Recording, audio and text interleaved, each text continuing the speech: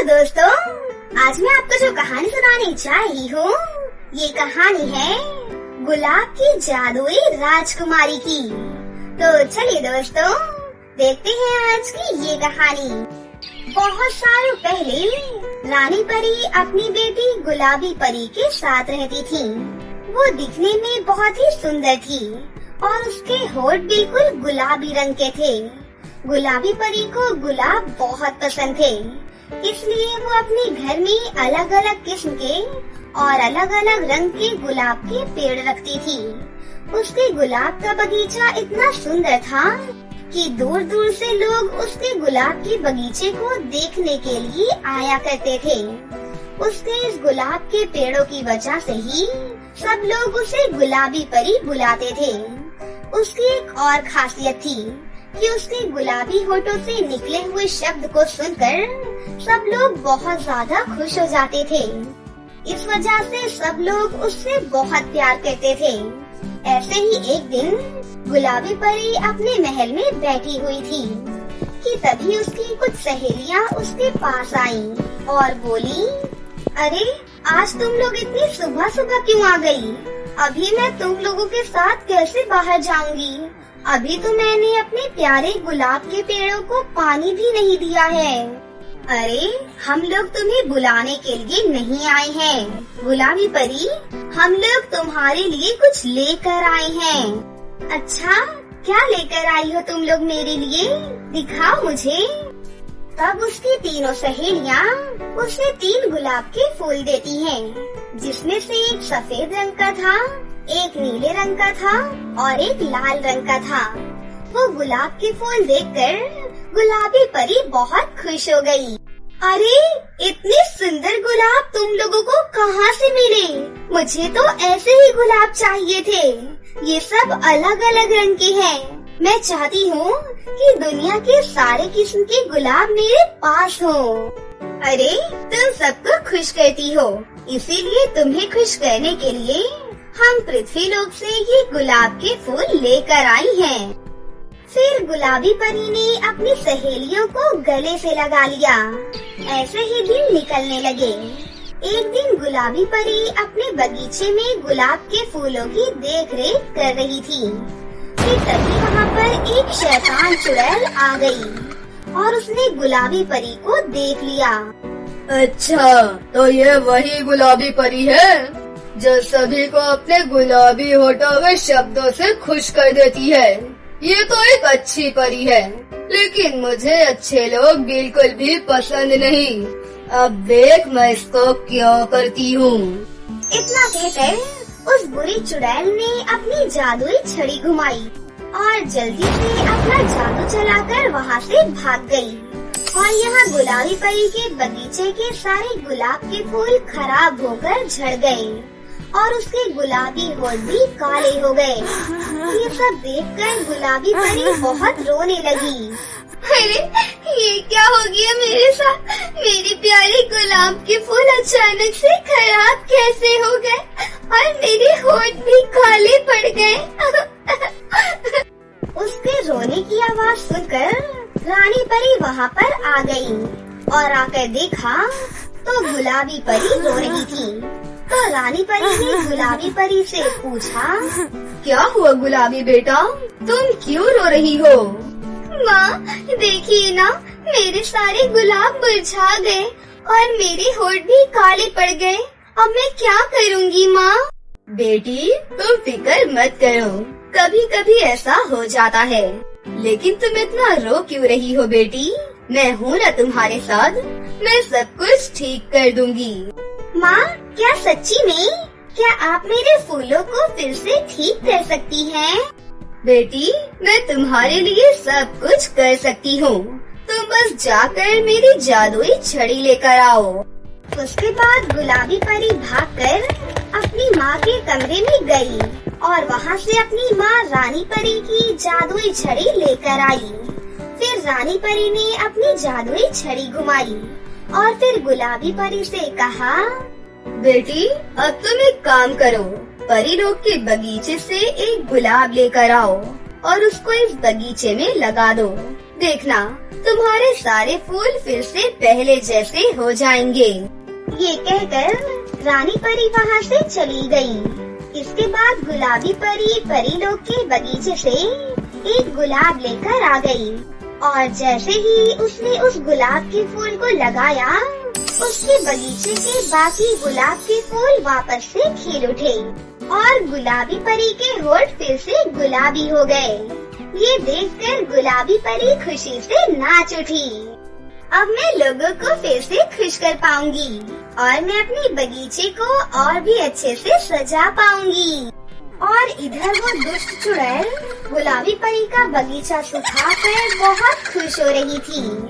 अभी तक तो उस गुलाबी परी का बगीचा पूरी तरह से खत्म हो गया होगा और वो कहीं बैठकर रो रही होगी। मैं जाकर देख कर आती हूँ ये नजारा। ये सोचकर वो चुड़ैल फिर से गुलाबी परी के उस बगीचे में चली गई। वहाँ जाकर उसने देखा कि गुलाबी परी का बगीचा पहले से भी और ज्यादा सुंदर हो गया है और बहुत सारे लोग उसके पास आकर उसकी तारीफ कर रहे हैं। अरे ये कैसे हो सकता है? मैंने तो इसके सारे फूल खराब कर दिए थे, तो इसका बगीचा फिर से इतना सुंदर कैसे हो गया?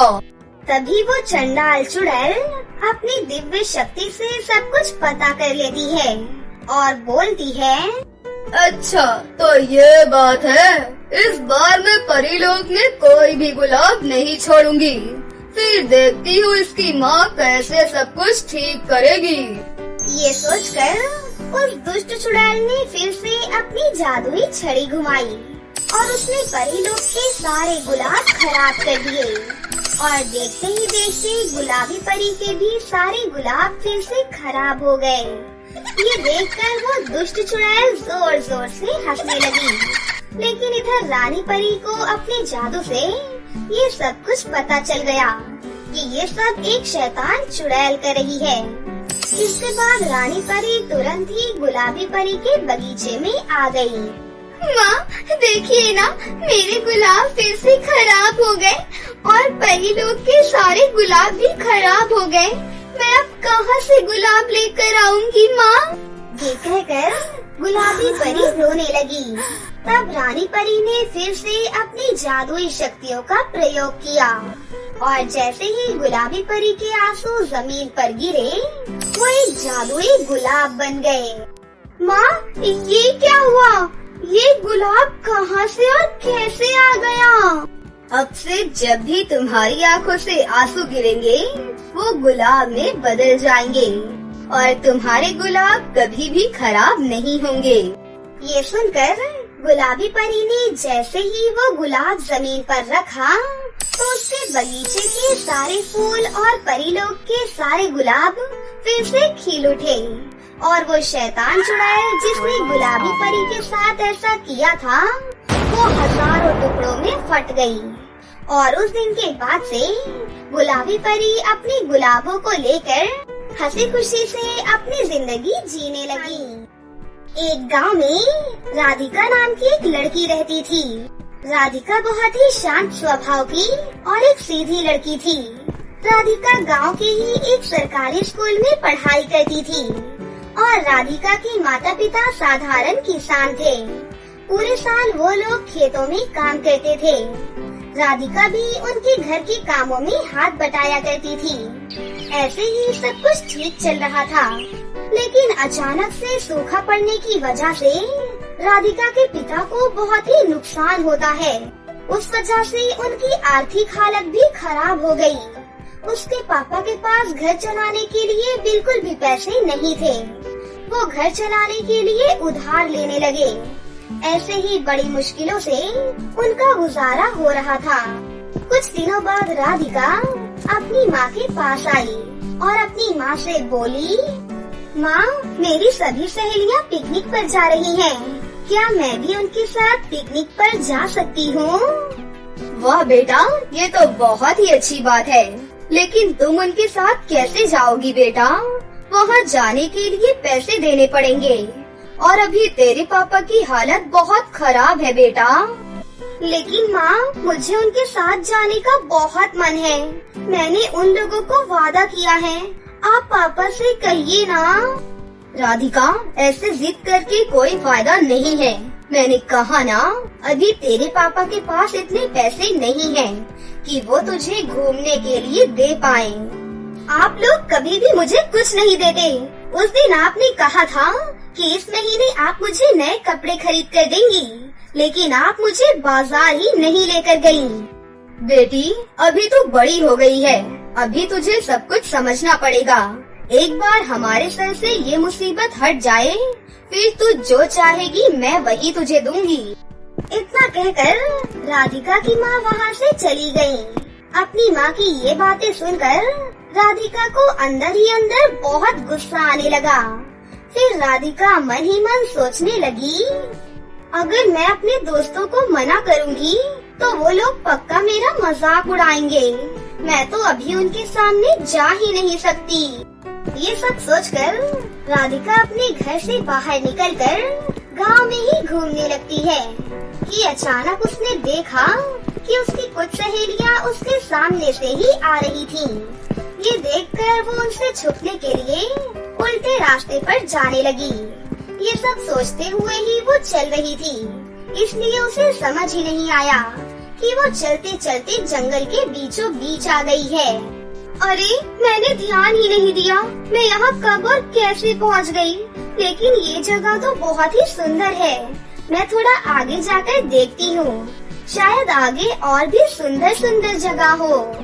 ये सोचकर राधिका जंगल में बने एक छोटे से रास्ते से आगे बढ़ने लगी। आगे बढ़ते हुए उसे अचानक से एक रोशनी दिखाई दी। लगता है सामने कोई तो है, लेकिन अगर मैं उसके सामने चली गई तो मुझे खतरा भी हो सकता है। ये सोचकर राधिका पेड़ के पीछे से उस रोशनी को देखने की कोशिश करने लगी। तब उसने देखा कि एक सुंदर सी लड़की हाथ में एक मशाल लिए फूलों के पेड़ से फूल तोड़ रही है। अरे, ये कौन है? मैंने तो सुना था कि इस जंगल में कभी भी कोई नहीं आता है, लेकिन इनको देखकर लगता है कि ये कहीं की रानी है। मुझे यहाँ छिपकर देखना चाहिए। फिर राधिका बहुत देर तक उस पेड़ के पीछे छुपी रही। बहुत देर छिपे रहने के बाद जब उस लड़की का फूल तोड़ना हो गया तो वो लड़की जंगल के दूसरी तरफ जाने लगी। ये देखकर राधिका के मन में और भी उत्सुकता हो गई और वो छुप छुप कर उस लड़की का पीछा करने लगी। पीछा करते हुए वो कुछ दूर तक गई। फिर उसने देखा कि वो लड़की अचानक से गायब हो गई। अरे, ये कैसे हो सकता है? अभी तो वो लड़की यहीं पर थी। शायद वो लड़की आसपास ही होगी। मैं चारों तरफ ढूंढकर देख कर आती हूँ। ये सोचकर राधिका दबे पांव आसपास घूमने लगी और उस लड़की को ढूंढने लगी। तब उसने कुछ ऐसा देखा कि उसकी आंखें खुली की खुली रह गईं। उसने देखा कि उसके सामने एक बड़ा सा महल है और वो महल सोने और चांदी का बना हुआ है। ये मैं क्या देख रही हूँ? इतना सुंदर महल इस जंगल के अंदर, वो भी सोने और चांदी का। मैंने तो गांव वालों को इसके बारे में कहते हुए नहीं सुना। शायद अब मुझे यहाँ से वापस चले जाना चाहिए। ये सोचकर राधिका वहाँ से वापस जाने ही वाली थी, लेकिन उसका मन नहीं माना।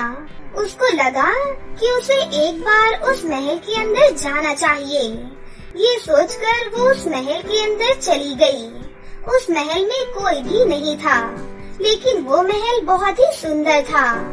ऐसे ही वो महल में घूमने लगी।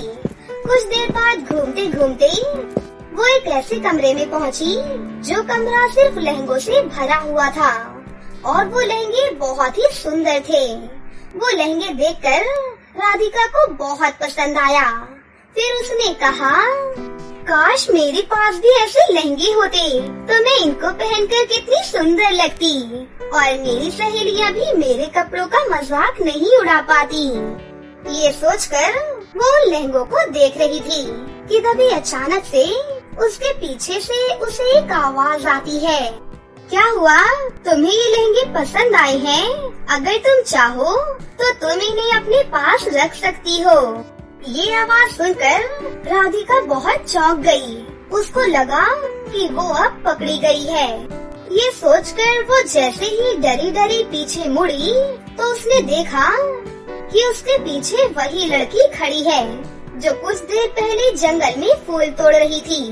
उनको देखकर राधिका और भी ज्यादा डर गई और वो डरी हुई आवाज में उस लड़की से बोली, मुझे माफ कर दीजिए, मैं यहाँ चोरी करने नहीं आई हूँ। मैंने ऐसा महल कभी भी नहीं देखा, इसीलिए मैं बस यहाँ घूमने आई थी।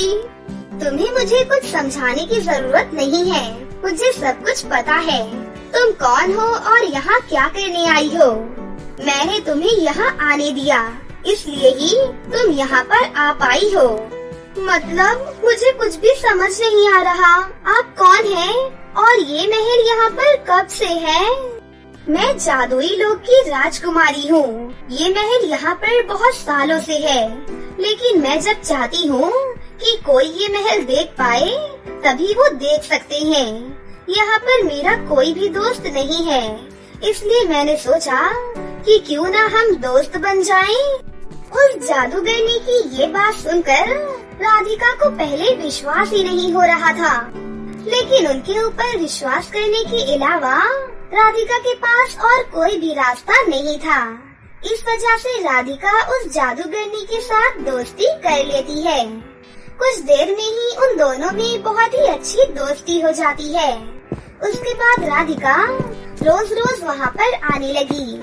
एक दिन उस जादूगरनी ने राधिका से कहा, राधिका ये देखो, मैं तुम्हारे लिए जादुई लहंगा लेकर आई हूँ। मुझे पता है तुम्हें लहंगा पहनने का बहुत शौक है, इसलिए मैं तुम्हारे लिए ये लहंगा लेकर आई हूँ। और ये सिर्फ लहंगा नहीं है, इससे तुम जो भी मांगोगी तुम्हें वो सब मिल जाएगा। जादूगरनी की ये बात सुनकर राधिका बहुत ही खुश हो गई और वो जादुई लहंगा लेकर अपने घर वापस चली गई। उसके घर वालों को भी उस जादूगरनी के बारे में पता था, इसलिए जब से राधिका वो लहंगा लेकर घर आई थी, उसके घर वालों को भी जो चीज चाहिए होती थी वो उस लहंगे से मांग लेते थे। ऐसे ही कुछ दिनों में ही राधिका बहुत ही अमीर हो गई और राधिका के घर वालों के अमीर होने की वजह से लोगों को ये बात खटकने लगी। ये सब देखकर राधिका की सहेली ने जब राधिका से इन सब के बारे में पूछा तो उसने खुले दिल से उस जादूगरनी के बारे में अपनी सहेलियों को सब कुछ सच सच बता दिया। राधिका, मुझे भी उस जादूगरनी से मिलने जाना है, मुझे भी वहाँ पर ले चलो ना। मुझे भी वो सोने चांदी का महल देखना है। ये कहकर राधिका की वो सहेली राधिका से बहुत जिद करने लगी और राधिका भी कुछ कर नहीं पाई और वो उसको अपने साथ ले जाने के लिए तैयार हो गई।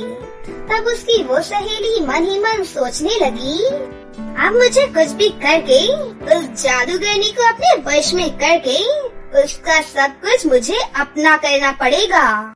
ये सोचकर राधिका की वो सहेली उसके जान पहचान की एक चुड़ैल के पास गई और उसके पास से उस जादूगरनी को अपने वश में करने के लिए एक काला जादू किया हुआ गुलाब लेकर अपने पास रख लिया। अगले दिन राधिका अपनी सहेली को लेकर उस जादूगरनी के महल में चली गई। राधिका की सहेली को देखकर जादूगरनी भी बहुत खुश हो गई। तब राधिका की सहेली उस जादूगरनी से कहती है, मैं आपसे पहली बार मिलने आई हूँ, इसलिए मैं अपने बगीचे से आपके लिए एक सुंदर गुलाब का फूल लेकर आई हूँ। ये कहते हुए राधिका की सहेली ने वो शैतान जादू वाला गुलाब निकाला और उसने वो शैतान गुलाब जैसे ही जादूगरनी के हाथ में दिया तो वो धीरे धीरे बेहोश होने लगी। ये देखकर राधिका चौंक गई और राधिका की सहेली जोर जोर से हंसने लगी। राधिका की सहेली तभी राधिका को पकड़ने ही वाली थी, लेकिन उस दिन राधिका ने वो जादुई लहंगा पहना हुआ था। अचानक से उस लहंगे से तेज रोशनी निकलने लगी और उस रोशनी से जादूगरनी के हाथ का गुलाब जमीन पर गिर गया। फिर उस जादूगरनी को होश आ गया। फिर उस जादूगरनी ने राधिका की सहेली को पकड़ लिया और उम्र भर के लिए उसको कैद खाने में डाल दिया। लेकिन उस घटना के बाद उनकी दोस्ती और भी ज्यादा गहरी हो गई और उधर राधिका अपने माता पिता के साथ भी हंसी खुशी से रहने लगी।